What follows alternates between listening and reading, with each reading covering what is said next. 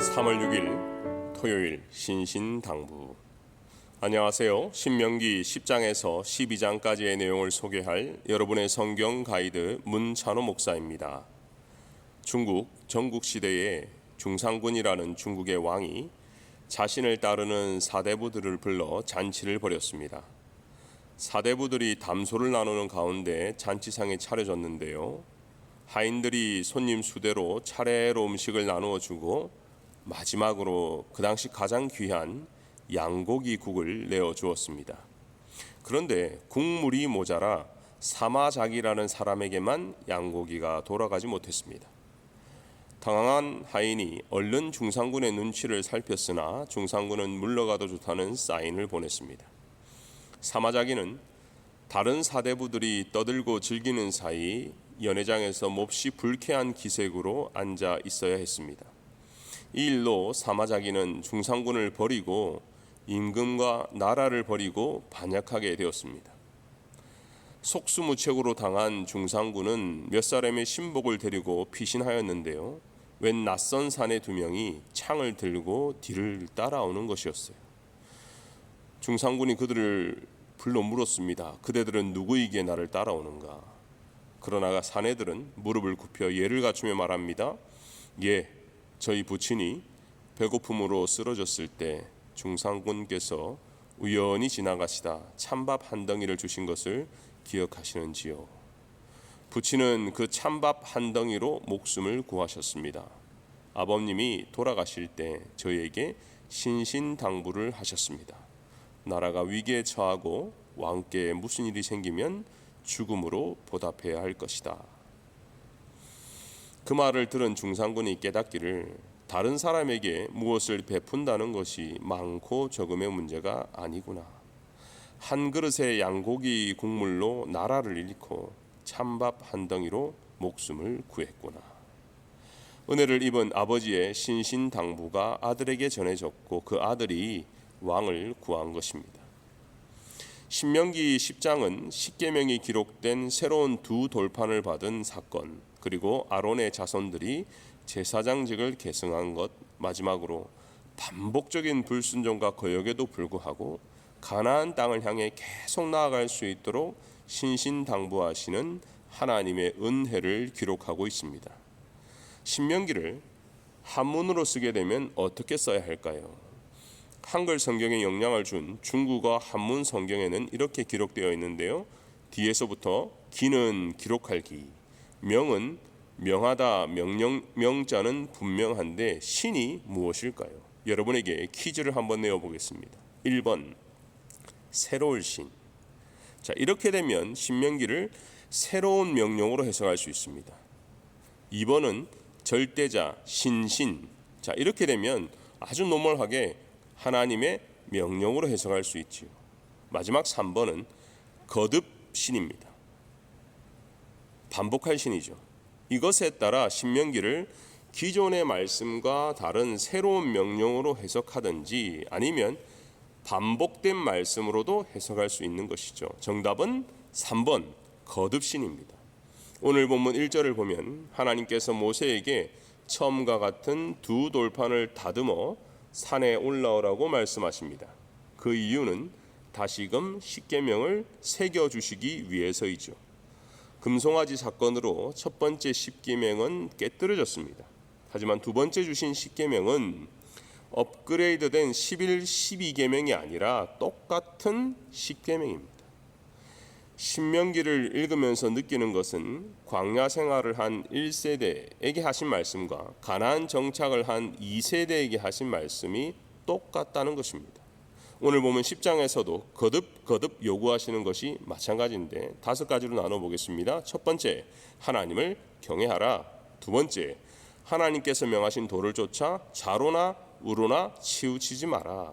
세 번째, 하나님을 사랑하며 받은 바 은혜에 감사하라. 네 번째, 목을 굳게 하지 말고 마음의 할례를 받아 마음과 성품을 다하여 여호와 하나님만 섬겨라. 마지막으로 고아와 과부와 나그네를 사랑하여 대접하라는 것이죠. 신명기는 과거 출애굽 당시 말씀하신 것과 다른 새로운 명령이 아니라 어떻게 보면 이스라엘 백성을 향한 하나님의 잔소리이며 신신당부입니다.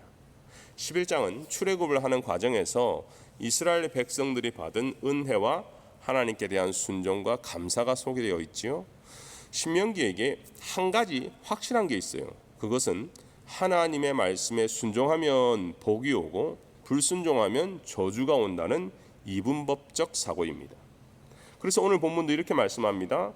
내가 오늘 복과 저주를 너희 앞에 두나니 여호와의 명령을 들으면 복이 될 것이요 여호와의 도를 떠나 명령을 듣지 아니하고 다른 신들을 따르면 저주를 받으리라.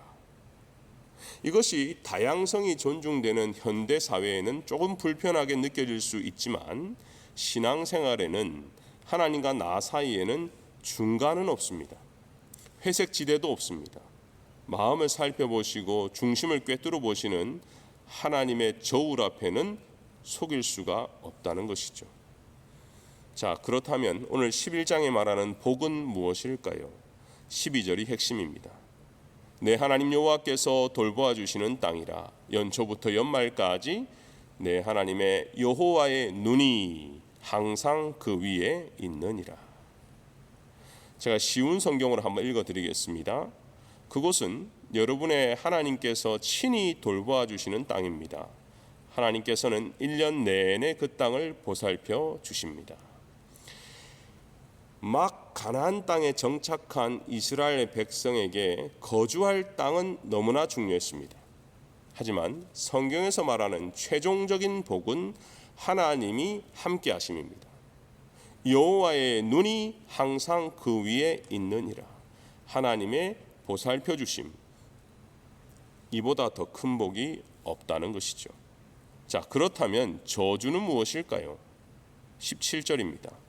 여호와께서 너희에게 진노하사 하늘을 닫아 비를 내리지 아니하여 땅이 소산을 내지 않게 하심으로 너희가 여호와께서 주신 아름다운 땅에서 속히 멸망할까 하노라.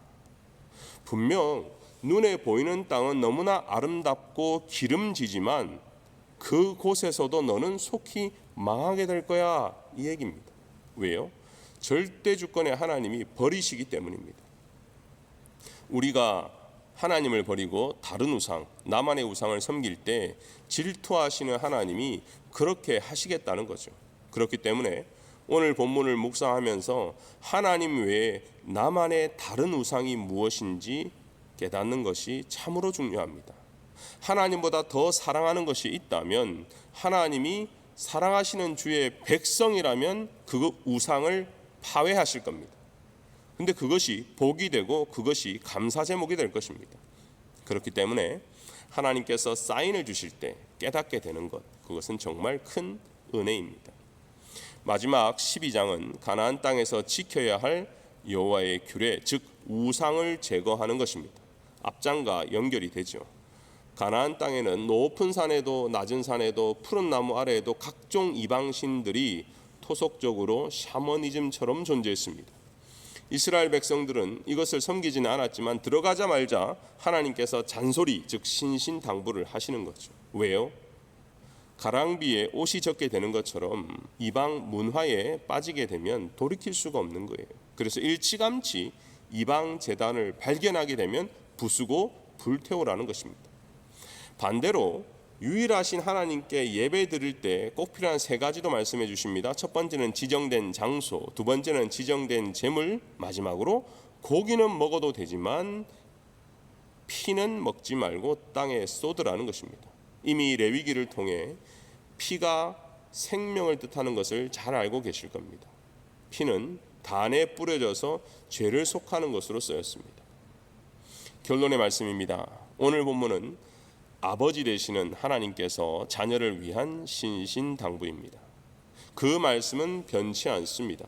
과거 1세대, 가나안 정착 세대 2세대, 그리고 2021년을 살아가는 현 세대도 동일하게 말씀하십니다. 중요한 것은 그 말씀에 내가 순종하느냐, 그렇지 않느냐입니다. 오늘 이 가이드가 성경을 읽고 또 우리의 삶을 하나님 앞에 순종할 수 있게 되는 데 도움이 되었으면 좋겠습니다.